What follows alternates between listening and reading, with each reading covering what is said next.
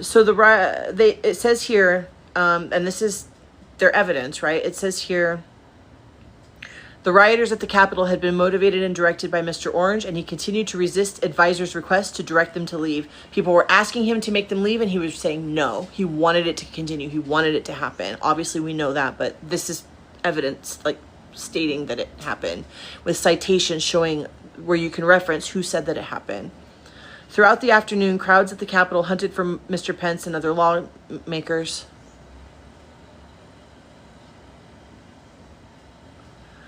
We know about this. I'm not going to repeat that. At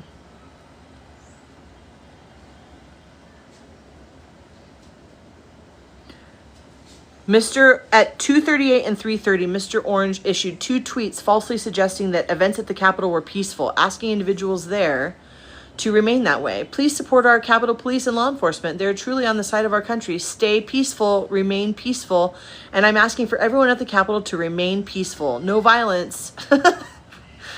Remember, we are the party of law and order. So the way that Jack Smith is presenting this is that Orange was saying, he was lying by saying, remain peaceful, stay peaceful, which shows that he was falsely stating false statements. He tweeted, we had an election stolen from us, a landslide election, embracing the people who'd attacked the Capitol, telling them we love you, you're very special. His groomed ones. At 6:01, he tweeted, these are the things and events that happen when a sacred landslide election victory is so unceremoniously and viciously stripped away from great patriots who have been badly and unfairly treated. At around the same time he issued his 6:01 tweet, Mr. Orange tried to reach 2 U.S. senators. He also directed co-conspirator 1 to call members of Congress and attempt to enlist them to further delay the certification. When Mr. Orange's White House counsel called him at 7 p.m. and asked him to withdraw any objections to the certification, Mr. Orange refused. Nonetheless, the certification resumed late in the evening of January 6th.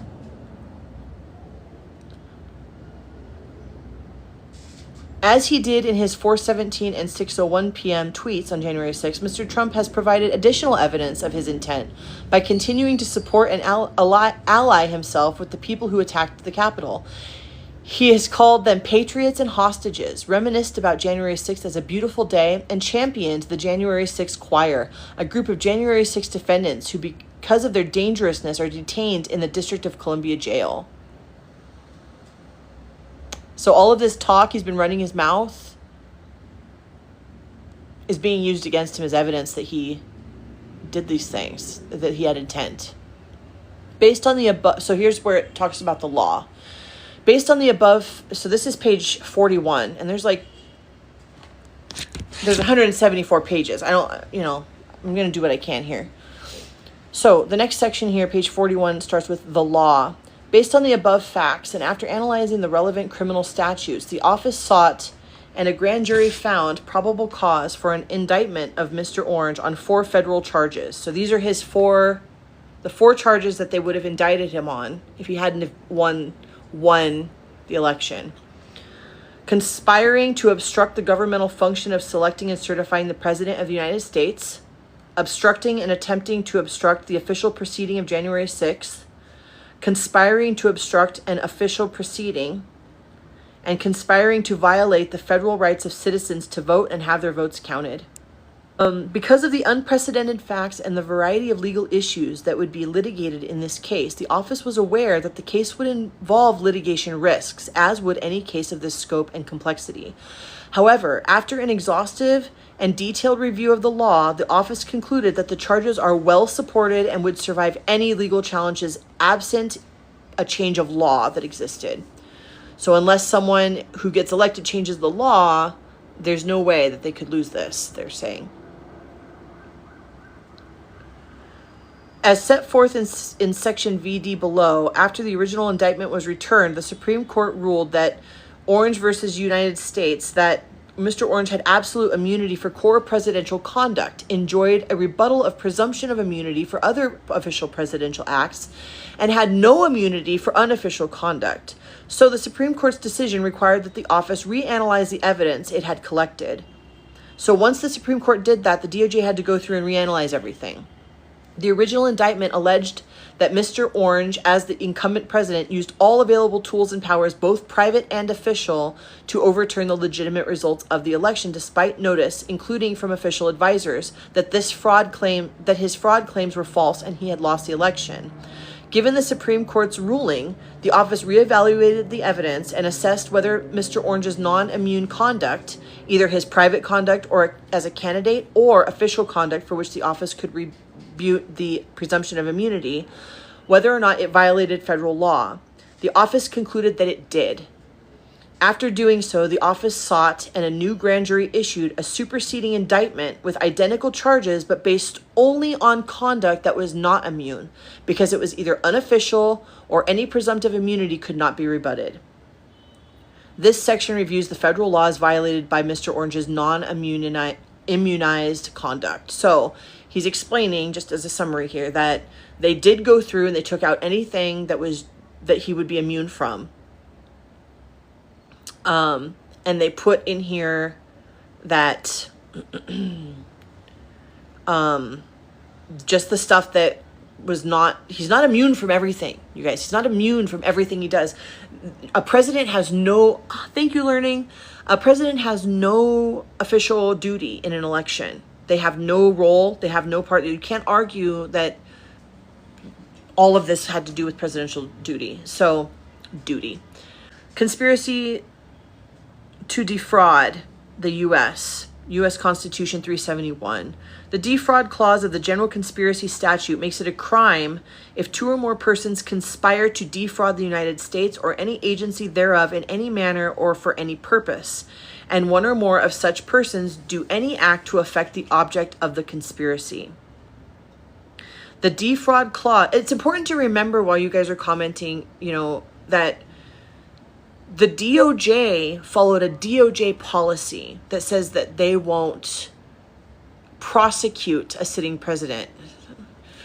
That's not a law. It's not a law that that other things can't happen, that he's totally immune from everything. It's a policy by DOJ that they personally will not prosecute. So I think you're right, DP. I think that is a stolen documents case. And that's because he's working, what that implies, what he was going to do with those documents. So after long-standing established precedent, the government must prove the following elements to establish a violation of the clause: that they entered into an agreement to obstruct lawful function of the government by deceitful or dishonest means, and at least one overt act was taken to further that conspiracy.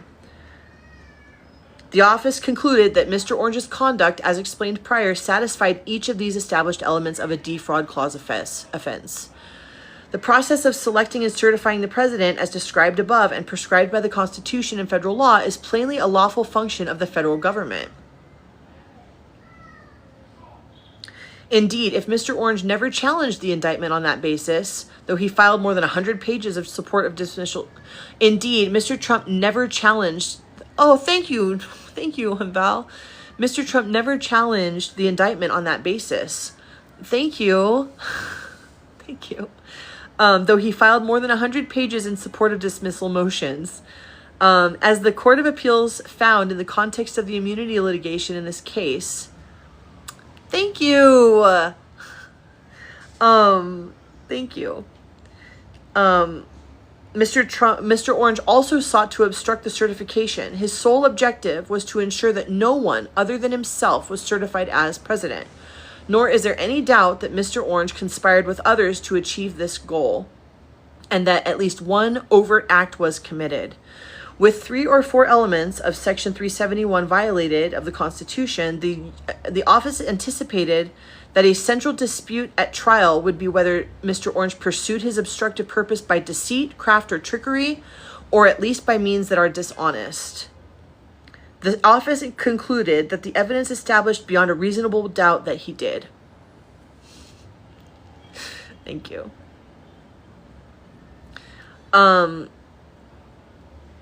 Yeah. A lot of people won't go out and find it, and that's okay, so I'm just trying to get it out there for us.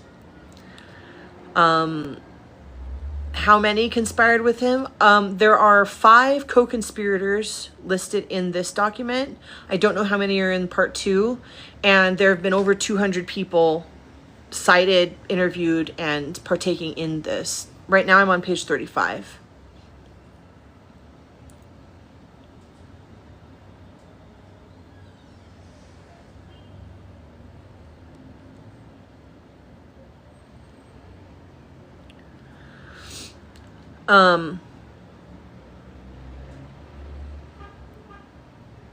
Okay, so the core of Mr. Orange's obstructive scheme was a false narrative of outcome determinative voter fraud, which he and his surrogates frequently repeated and widely decimated over the course of 2 months.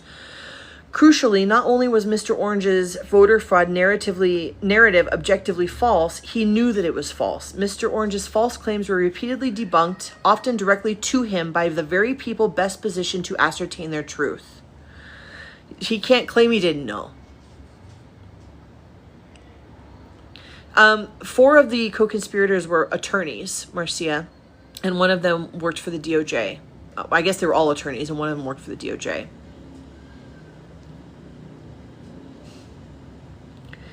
Mr. Orange's false claims were repeatedly debunked. Campaign personnel told Mr. Orange his claims were unfounded. So did state officials, a White House official who engaged. So this is basically, they're explaining the evidence now of how they know that what happened.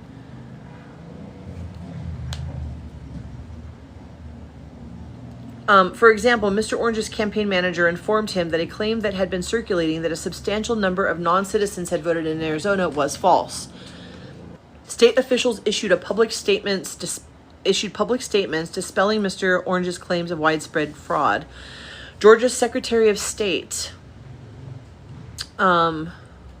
refuted multiple false claims of election fraud directly to Mr. Orange, including the false allegation that 5,000 dead people had voted in Georgia. So basically he's going through now and he's listing, there's this much citations at the end of this page, listing where they got the information, who they talked to, what emails they have, where they got the information, phone calls, emails, recorded calls, messages, motion, his own motions that he supplied in hearings where he said these things. This is all evidence against him. Like,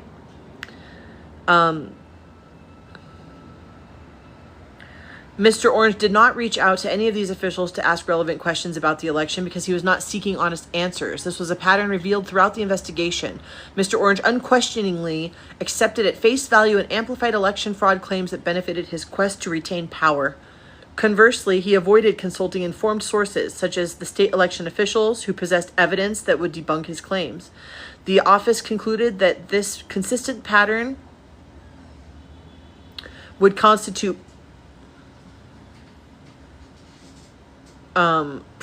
powerful proof at trial that Mr. Orange knew the claims he was making were false. Mr. Orange's false claims were often divergent from one day to the next. Yeah, tell us about it. And otherwise internally inconsistent. For example, in Arizona, the conspirators started with the allegation that 36,000 non-citizens voted in that state. 5 days later, it was beyond thank you, Gummy. It was beyond credulity that a few 100,000 didn't vote. 3 weeks later, the bare minimum was 40 or 50,000. The reality is about 250,000. The day after that, 32,000. And ultimately, the conspirators landed back where they started at 36,000, a false figure that was never verified or corroborated.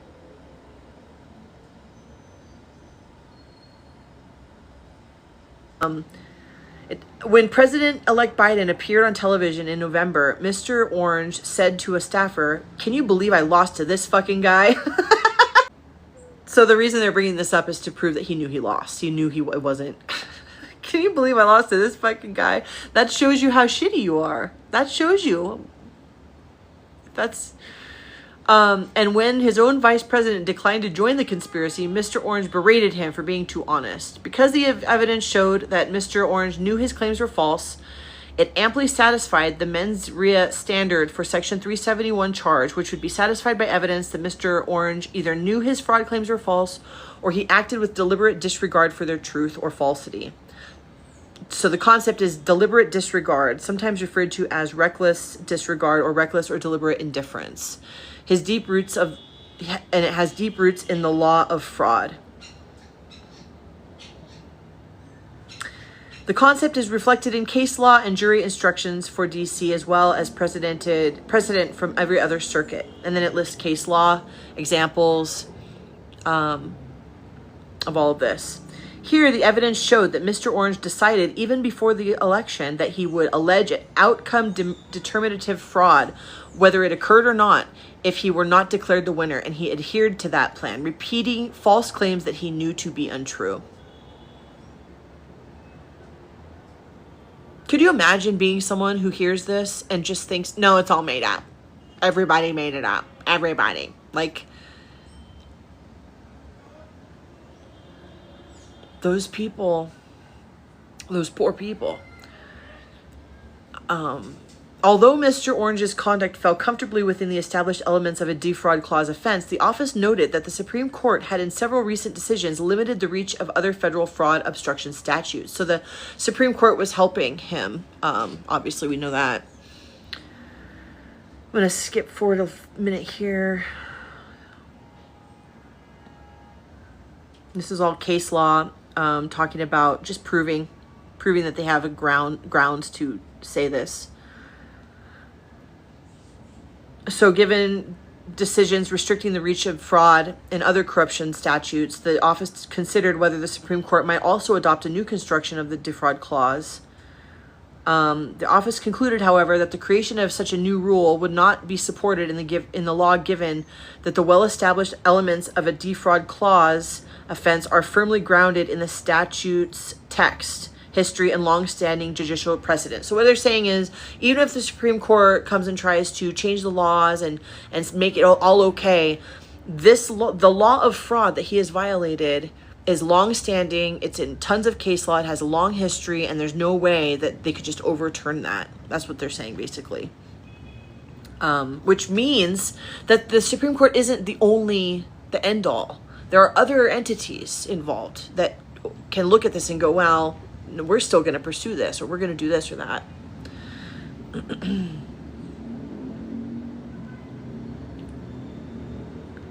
I'm going to skip the case law parts. It's just several pages proving that he committed fraud. Fraud. Okay.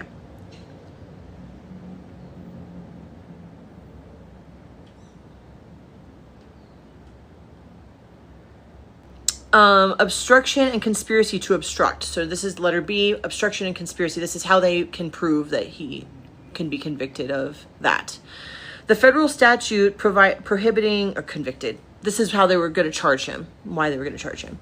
The federal statute prohibiting an obstruction of an official proceeding makes it a crime to corruptly alter, destroy, mutilate, or conceal, to do so with the intent, thank you, Tiara, with the intent to impair the object's integrity or availability for use in an official proceeding. Okay, what does that mean?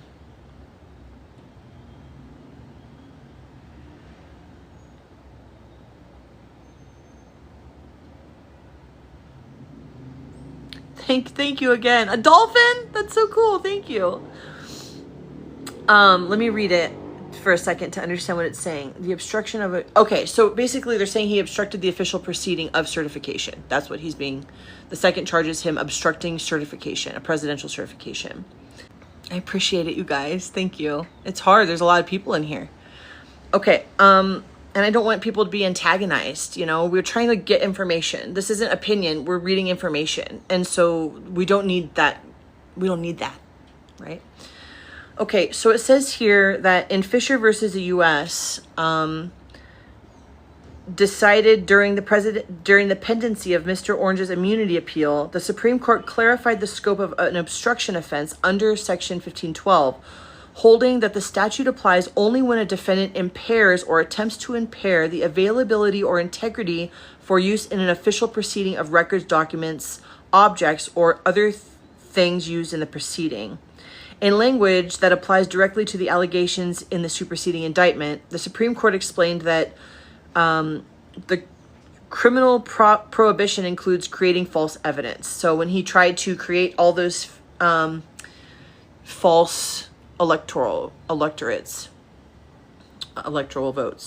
Before seeking the original indictment, which, like the superseding indictment, alleged that one component of Mr. Orange's and his co-conspirators' obstruction involved replacing valid elector certificates from the contested states with false ones that they had manufactured, the office anticipated the possibility of such a result in the Fisher case, and confirmed that the evidence would prove Mr. Orange's guilt beyond a reasonable doubt, even under a narrow interpretation of the law.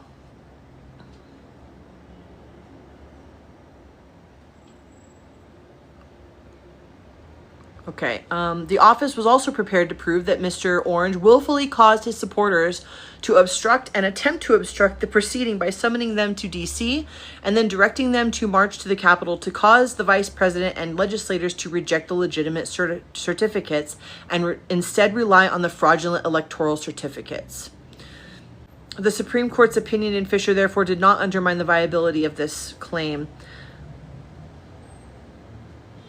Much of the evidence that supports Section 371 conspiracy to defraud likewise proves that Mr. Orange and his co-conspirators violated Section 1512 and K and 1512C. To demonstrate the violation following Fisher, the government must prove the defendant obstructed, influenced, or impeded an official proceeding or attempted to do so.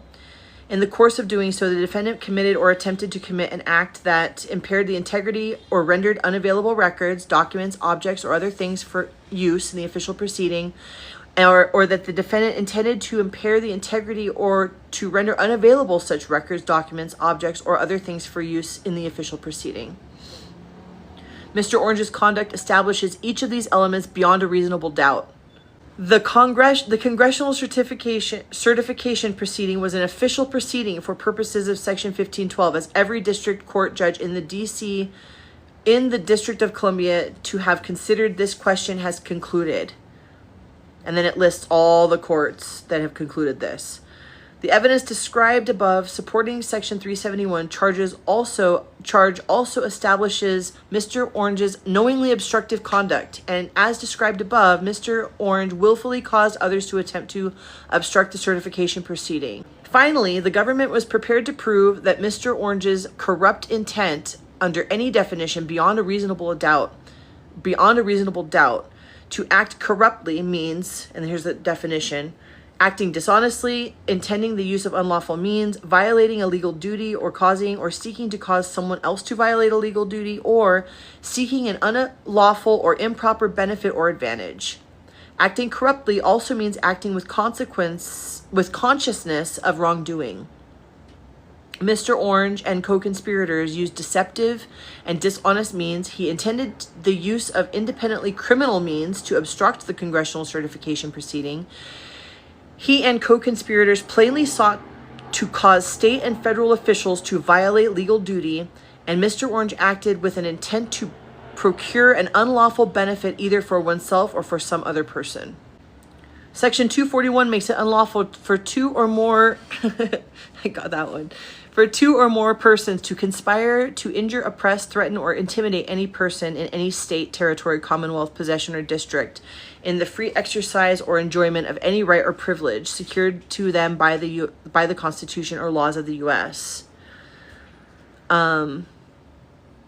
A violation of Section 241 requires proof of three elements: that Mr. Orange entered into a conspiracy, that he willfully injure, oppress, threaten, or intimidate a person in the United States, and in the exercise or enjoyment of the right secured by the Constitution or federal law.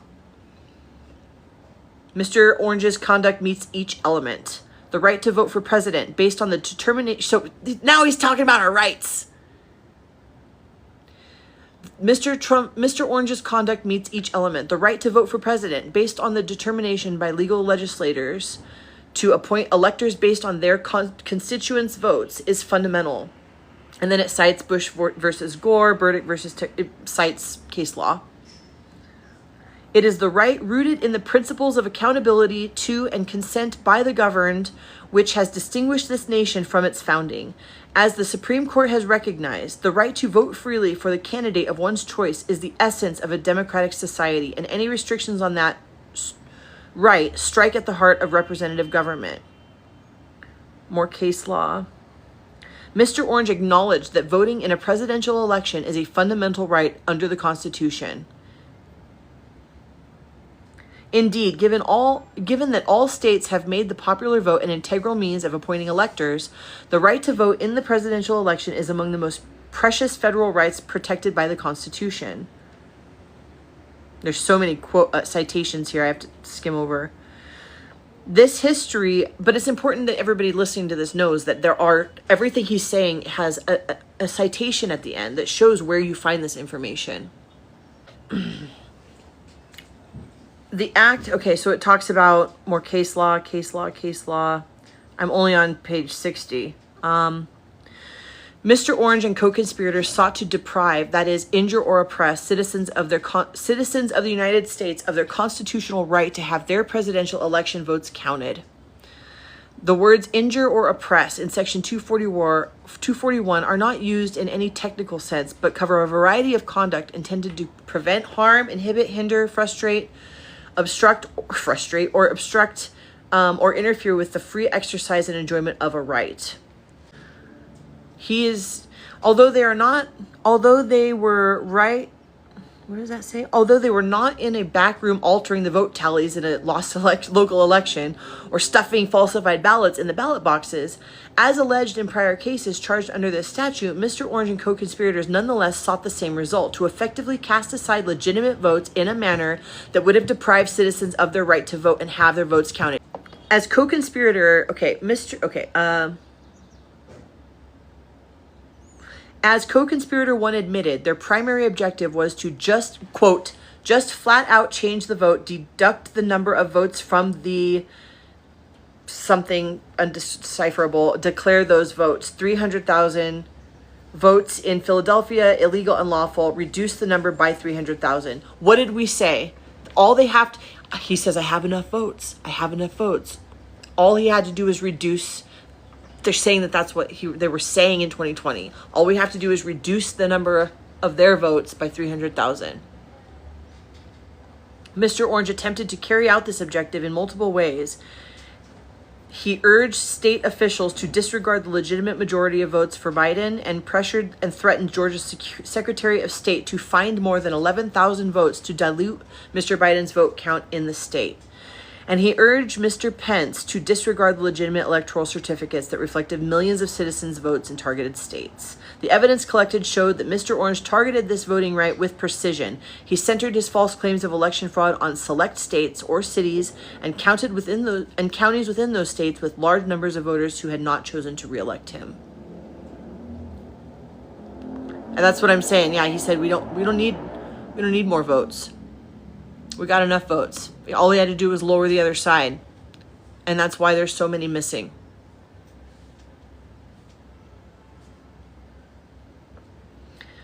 Their little secret, right? I saw your comment, but it took me a minute to realize what you were talking about. They have a little secret. So they're considering Orange's potential defenses.